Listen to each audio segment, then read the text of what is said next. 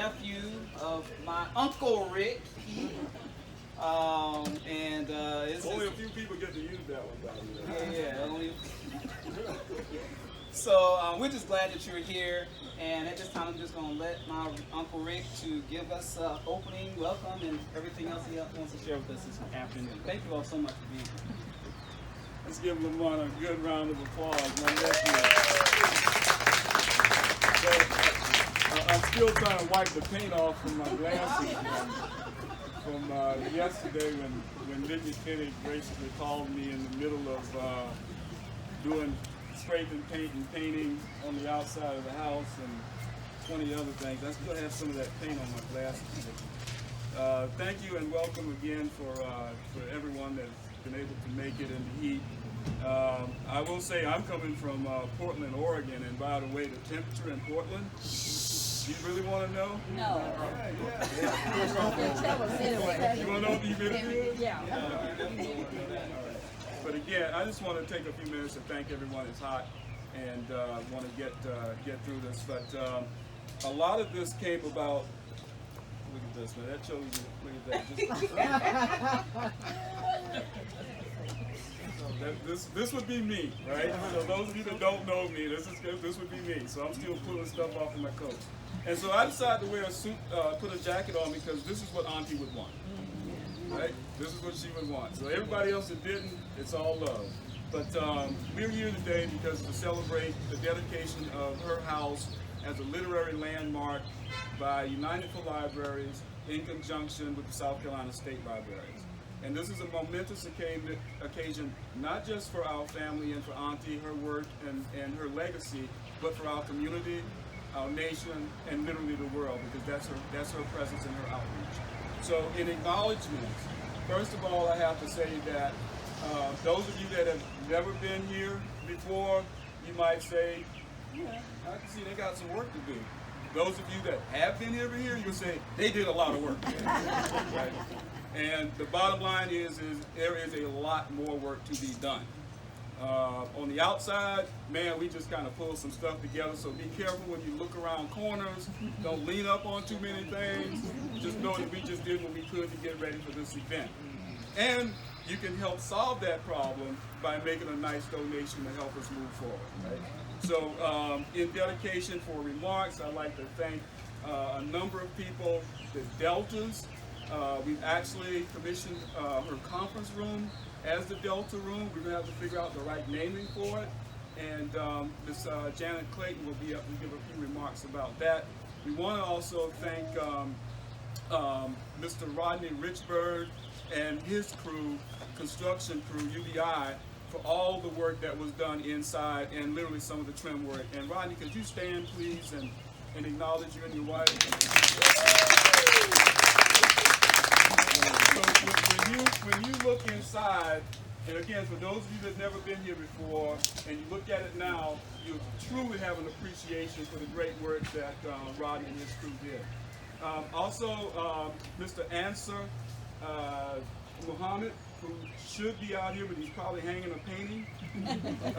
The artwork that you see on display, the illustrations are the 16 illustrations from the book itself.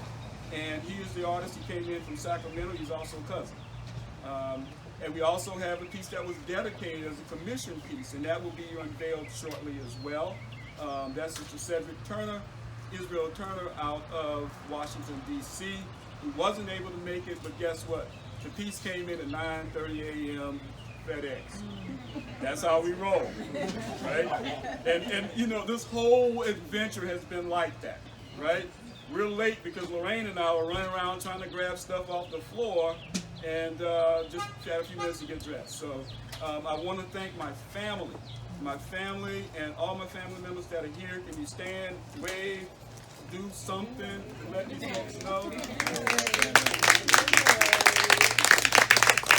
have been supported all along the way. The city of Sumter, the library of Sumter. I want to thank one of our dear friends and one of Auntie's beloved supporters, Nikki Finney, who's happened to be in the house as well, for all of her support through the years, and her mom, Ms. Nancy.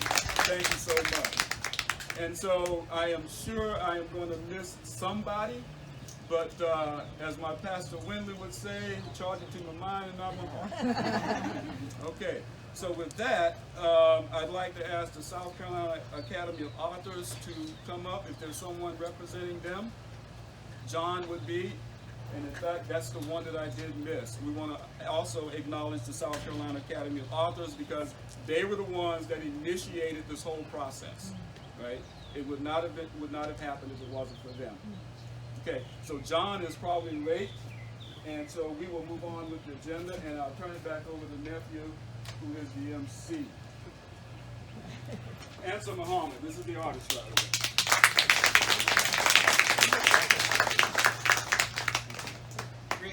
We know you just wanted us to know that you had a new jacket, man. It's okay. It's all right. Everybody look at his jacket. Looking good. The only one with his jacket. Yeah. And like But when you start seeing me breaking out in sweat, it's okay. It's what Auntie will want, man. She wants you to sweat. All right. At this time, we want to acknowledge the South Carolina State Library. Is there a representative here from the South Carolina State Library? Lisa? No? All right. And we also, one of the things that we have been walking through is we've had consistent calls preparing for today, preparing for the book launch. And Susanna, she is, what's Susanna's last name, Rick? Smith? I want to say Smith, but let's just say Smith. But she lives in Virginia. She has some car challenges, but we definitely, if she's able to make it here, to recognize her, her team for putting the book together. And what you'll be receiving today will be a draft copy of Arthenia's most recent release. And so we want to, when you go inside, you'll be able to see that work. Again, Uncle Rick already mentioned the artwork and how much Answer and his team have done. And so Propertius Publishing is the one that's responsible for the book itself. So when you go on Facebook, if you're on Facebook, please go and like the website. We have a Facebook page for both the book and the foundation, and also for Ms. Smith's company as well. At this time, we're going to go ahead and have a keynote. And when we hear keynote, we think, oh man, that's going to be a long time.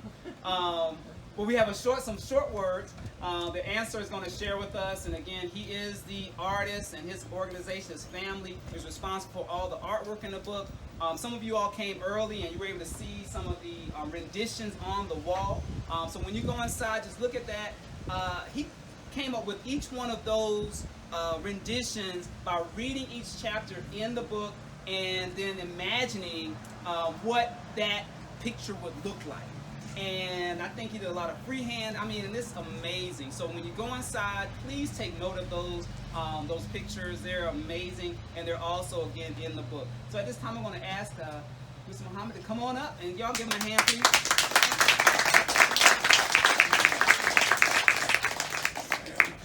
Is your jacket new? Yes, mine, well, newly out of the clean. All right. Looking good. All right, thank you. All right. I wanted to memorize this, but I'm going to have to read it. But it's about my experience with the foundation and the beauty and the journey with this book. So, won't be long. So, again, I want to greet everybody. And I'm so grateful and honored to be allowed to speak on my experience with this wonderful organization, and in specific regards to the release of this book. First, regarding the foundation, a literary foundation, I am humbled to be allowed to take part in this journey with such a prestigious group of dedicated laborers for the establishment of something truly beneficial for the people. Please give another round of applause to Rick and his wife, Lorraine, my cousin, to all of the family, to Doris and Mitra and Lamont and Derek and Jerry and Susanna and all who helped to make this a reality.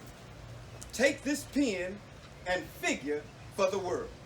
That's the logo on our foundation poster. That is a powerful statement to remember. That is what I thought when I read that statement on our logo. Take this pen and figure for the world. What does it mean, I thought to myself? The statement actually speaks for itself, while leaving room for the imagination.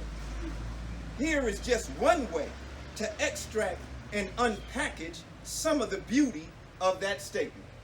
Take this pen and figure for the world. I noticed that it says figure for the world, not for the fortune and fame, not even just for the friends and family alone, not even just for her original individual future alone. It says figure for the world. Now that's big. And not just talking about the worldly figure alone, although each of the narratives in all of her books find significance deep in the down-home roots of our natural inclination to culture and heritage, which connects also to the realness that the imaginative stories reflect. When I think of this term, take this pen, it reads like a divine instruction that reminds us also of the statement that says, write, for these words are faithful and true. As these are the imaginative scenarios that reflect the real-life narratives that such divine statements pertain to. Then I thought of how the pens back then were technically called fountains. Yep. And how this could also relate this pen to the living fountains, mentioned also in the scriptures. As the life flowing through such fountains could then also be related to the words that are written therein. Come on. As it is also written, in the beginning was the Word. Oh. Now we know pens ain't nothing without words, and words ain't nothing without thoughts, and thoughts don't amount to much without structured thinking. Then the pen becomes a sacred tool utilized by that boundless expression of life when we plan on doing something big. Take this pen then and figure for the world. Now I'm not saying that is exactly what that means, or what Arthenia's father had in mind when he gave her that slogan. Yet we do know that through the life and work of this family, we are discovering more and more of the magnificence of the vision of Arthenia. Take this pen then and figure for the world. And that is what I thought of when I was doing the art for this foundation. And these timeless writings that are a living testimony of what she is continuing to accomplish with that pen. That word from that pen has certainly become something amazing for the world to behold. And we're only just beginning. This organization is real. It is, has, and is allowing me and my family and many families to fulfill our purpose.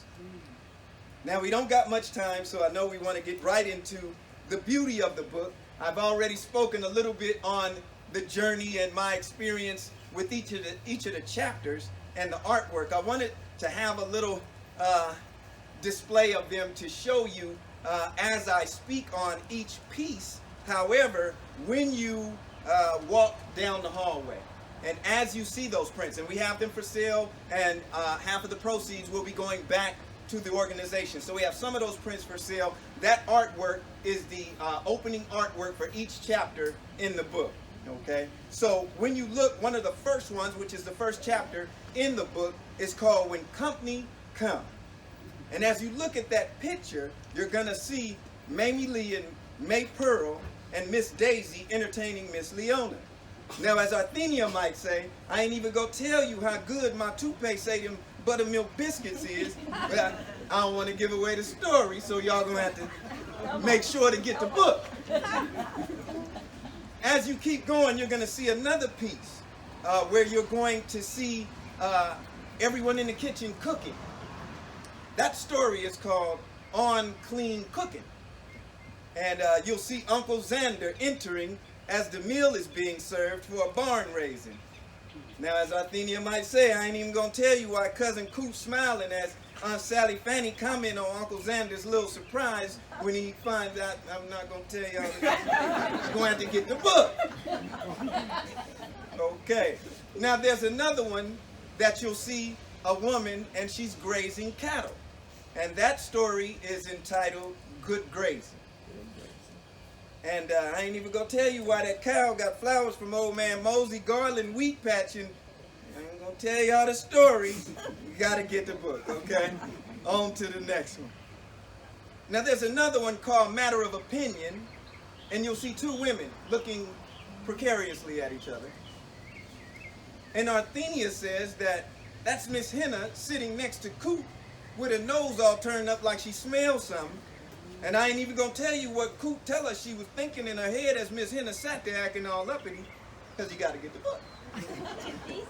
Okay, last one. Bright Bunny. Ponciola, excuse me, Miss Punkquella, Miss Bright Bunny. I ain't even gonna tell you why it's so ironic that she jumping over a mud hole while Cousin Ollie and Cousin Nora looking on when she say she ain't believing no bouncing, but okay, I ain't gonna tell y'all the story. You gotta get the book. So that's my presentation. Everybody enjoy and continue to support this organization. As we said, it's something beneficial for us all. Thank you. Call back up. Lamont.